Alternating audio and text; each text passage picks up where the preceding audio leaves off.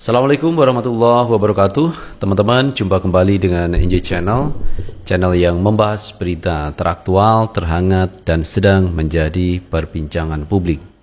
Sahabat NJ Channel, kali ini yang akan kita bahas mengenai kasus Rocky Gerung yang hari-hari ini cukup ramai diperbincangkan publik karena pernyataan Rocky Gerung yang menyinggung Presiden Jokowi. Dan kalau kita lihat, ini para pendukung Pak Jokowi tidak terima dan mereka melaporkan ke kepolisian terkait apa yang disampaikan oleh Rocky Gerung. Karena kalau kita melihat orasi yang disampaikan Rocky Gerung yang dilakukan pada hari Sabtu tanggal 29 Juli 2023 kemarin dalam acara konsolidasi Akbar Aliansi Aksi Sejuta Buruh bersama Serikat Pekerja Seluruh Indonesia. Rocky Gerung menyatakan kalimat yang itu dianggap tidak pas. Nah, kalimat inilah yang dipersoalkan oleh para pendukung Pak Jokowi sehingga melaporkan ke Barreskrim Polri mengenai yang disampaikan oleh Rocky Gerung. Tetapi dalam perkembangannya kita melihat laporan tersebut tidak ditindaklanjuti karena itu delik aduan. Kalau delik aduan itu yang harusnya melaporkan adalah orang yang dirugikan. Misalkan Pak Jokowi merasa dirugikan, Pak Jokowi harusnya melapor sendiri ke kepolisian bahwa apa yang disampaikan oleh Gerung merugikan Pak Jokowi. Tetapi sampai hari ini Pak Jokowi tidak melaporkan. Namanya delik aduan harus dia yang melaporkan kalau merasa dirugikan. Tapi Pak Jokowi tidak melaporkan Rocky Gerung sehingga sepertinya kasus ini tidak ditindaklanjuti. Tetapi kalau kita melihat dalam perkembangan berikutnya, polisi ini tidak akan memproses ini. Polisi akan memproses mengenai penyebaran berita bohong yang disampaikan oleh Rocky Gerung. Berita bohong apa? Nah, ini yang kita belum jelas, teman. Berita bohong yang disampaikan oleh Rocky Gerung. Yang kita tahu bahwa orasi yang disampaikan oleh Gerung ini menyinggung Pak Jokowi sehingga para pendukungnya tidak terima. Tetapi apapun alasannya, kita lihat memang Rocky Gerung adalah kritis kepada pemerintahan Pak Jokowi. Dan Rocky Gerung ini luar biasa berani mengkritisi pemerintahan Pak Jokowi. Padahal di DPR, MPR, terutama di DPR, teman, sebagai wakil rakyat, ini tidak banyak anggota DPR yang mengkritisi kebijakan Presiden Jokowi. Dan Rocky Gerung inilah orang yang berani mengkritisi Pak Jokowi. Nah, ketika kasus ini mencuat di publik, ini kita lihat Rocky Gerung tidak kendor semangat, bahkan mengkritisi terkait Ganjar Pranowo sebagai calon presiden yang diusung PDIP. Nah, teman-teman, untuk lebih jelasnya coba kita tonton video yang satu ini, kritikan Rocky Gerung kepada Ganjar Pranowo. Apa prestasi Ganjar misalnya? Setiap pemimpin, presiden, gubernur, bupati diperintahkan oleh konstitusi, cerdaskan kehidupan bangsa, pelihara fakir miskin. Sekarang kita lihat Jawa Tengah. Jawa Tengah ada provinsi paling miskin di Jawa di era kepemimpinan Pak Ganjar. Kan itu dasarnya. Kemiskinan di Jawa Tengah itu, angka kemiskinannya adalah 8,9%. Rata-rata nasional 8%. DKI 7%. Jadi kemiskinan di Jawa Tengah itu melampaui rata-rata nasional. Kan itu yang terasa kan? DKI 7, nasional 8, Jawa Tengah 9. Artinya DKI mensubsidi Jawa Tengah, Anies mensubsidi Ganjar. Itu logikanya. Orang nggak mau, itu datanya begitu. Setiap tahun ada 45.000 anak usia sekolah yang gagal masuk sekolah karena daya belinya kurang di era Pak Ganjar. Karena itu saya kritik Pak Ganjar. Anda mesti jadi calon presiden kalau Anda berhasil menaikkan upah minimum di Jawa Tengah sehingga ada leverage, ada peningkatan daya beli sehingga anak-anak yang berhak untuk masuk SMA ditampung. Itu nggak terjadi. Jadi hanya dengan dua dasar itu. Kan orang menunggu prestasi Ganjar apa? Dua-duanya, dua hal yang seharusnya jadi andalan seorang calon presiden justru merosot. Jawa Tengah provinsi termiskin dan Jawa Tengah gagal membuktikan bahwa hak anak-anak untuk ikut sekolah terpenuhi oleh kebijakan pemerintah daerah. Itu dasarnya. Jadi saya nggak ada persoalan secara personal. Saya selalu menguji pikiran seorang calon pemimpin dan gagasan dia. Apalagi misalnya kalau dihadapkan dengan tuntutan dunia, buat calon presiden di seluruh dunia harus paham dua isu. Satu, isu tentang ekologi, isu tentang lingkungan. Dua, isu tentang politik global. Hanya pada Ganjar. Anda paham nggak tentang ekologi? Paham.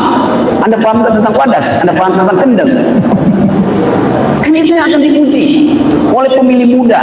Karena pemilih muda nggak peduli dengan isu lain. Dia cuma peduli apakah bangsa ini bagi pemilih muda bisa menghadapi krisis lingkungan 5-10 tahun ke depan. Itu pertanyaannya.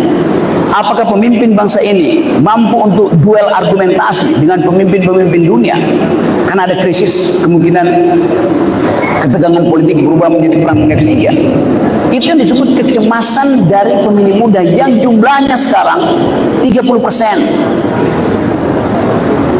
Dasarnya itu yang namanya swing voters yang belum menentukan pilihan. Jadi ada 30% anak muda di Indonesia yang mencemaskan kehidupan bangsa. Kalau saya ucapkan itu, dianggap saya memprovokasi. Memang itu yang mereka cemaskan. Nah, teman-teman di sini, terutama kaum perempuan yang berupaya untuk merawat rumah tangga, merawat dapur tetap berasap, tentu tahu bahwa ketidakadilan terjadi setiap hari. Setiap kali ibu-ibu buka dompet, dia lihat kok tinggal 20.000 yang ada di dompetnya tuh. Padahal dia harus bawa anaknya ke sekolah, mesti ada jajan di situ. Kenapa itu terjadi? Karena kebijakan ekonomi pemerintah tidak pro pada rakyat, tapi pro pada oligarki. Seluruh sumber daya kita dikuras untuk membiayai proyek-proyek strategis yang sudah diijon oleh oligarki. Gak ada proyek yang tidak diijon pada oligarki. Nah, itu yang saya kritik. Jadi teman-teman di sini, saya pastikan bahwa kita sedang meniti jalan kegelisahan, jalan ketidakpastian. Tapi kita tahu bahwa justru itu ujian kita. Menjadi relawan artinya berharap bahwa hati nurani kita tidak terganggu oleh BLT, oleh amplop. Itu dasarnya kan. BLT Anda berapa sih? 16.000 sebulan.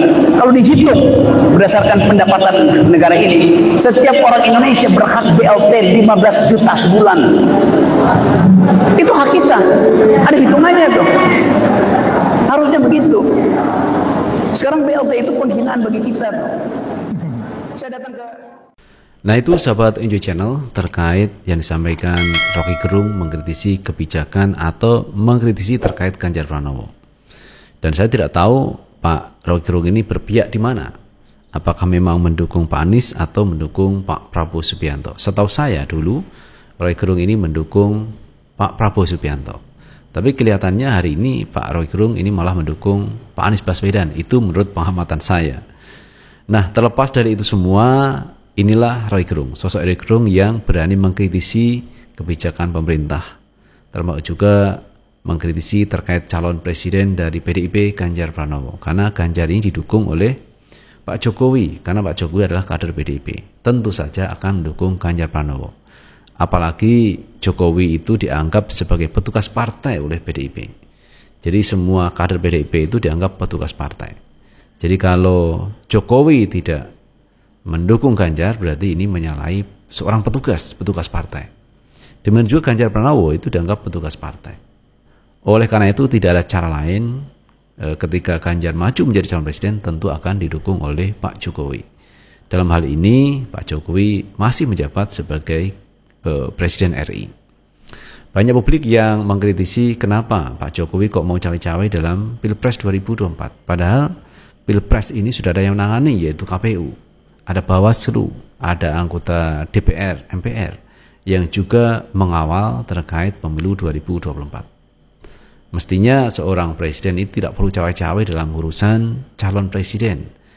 Harusnya dia itu fokus kepada kerja-kerja pemerintahan sampai dia selesai di 2024 yang datang. Karena masa jabatan Jokowi ini masih kurang 1 tahun lagi. Jadi harusnya dia memberikan legasi yang baik kepada generasi yang berikutnya. Jadi tidak perlu mendukung calon presiden yang akan datang. Biarlah 3 calon presiden ini berkontestasi, mengeluarkan daya upayanya, merebut hati warga masyarakat supaya warga masyarakat memilih calon presiden yang diinginkan. Nah, posisi pemerintah adalah memfasilitasi terkait pilpres atau pemilu di 2024. Tidak perlu cawe-cawe terlalu dalam mendukung si A atau mendukung si B. Tetap fokus sebagai presiden, sebagai bapaknya seluruh warga negara Indonesia, yaitu Presiden Jokowi. Itu teman-teman yang bisa kita bahas kali ini, dan terima kasih sudah menonton. Jangan lupa tetap like, subscribe, share, dan komen di channel ini agar kita bisa membangun channel ini menjadi lebih baik lagi. Sukses selalu. Assalamualaikum warahmatullahi wabarakatuh.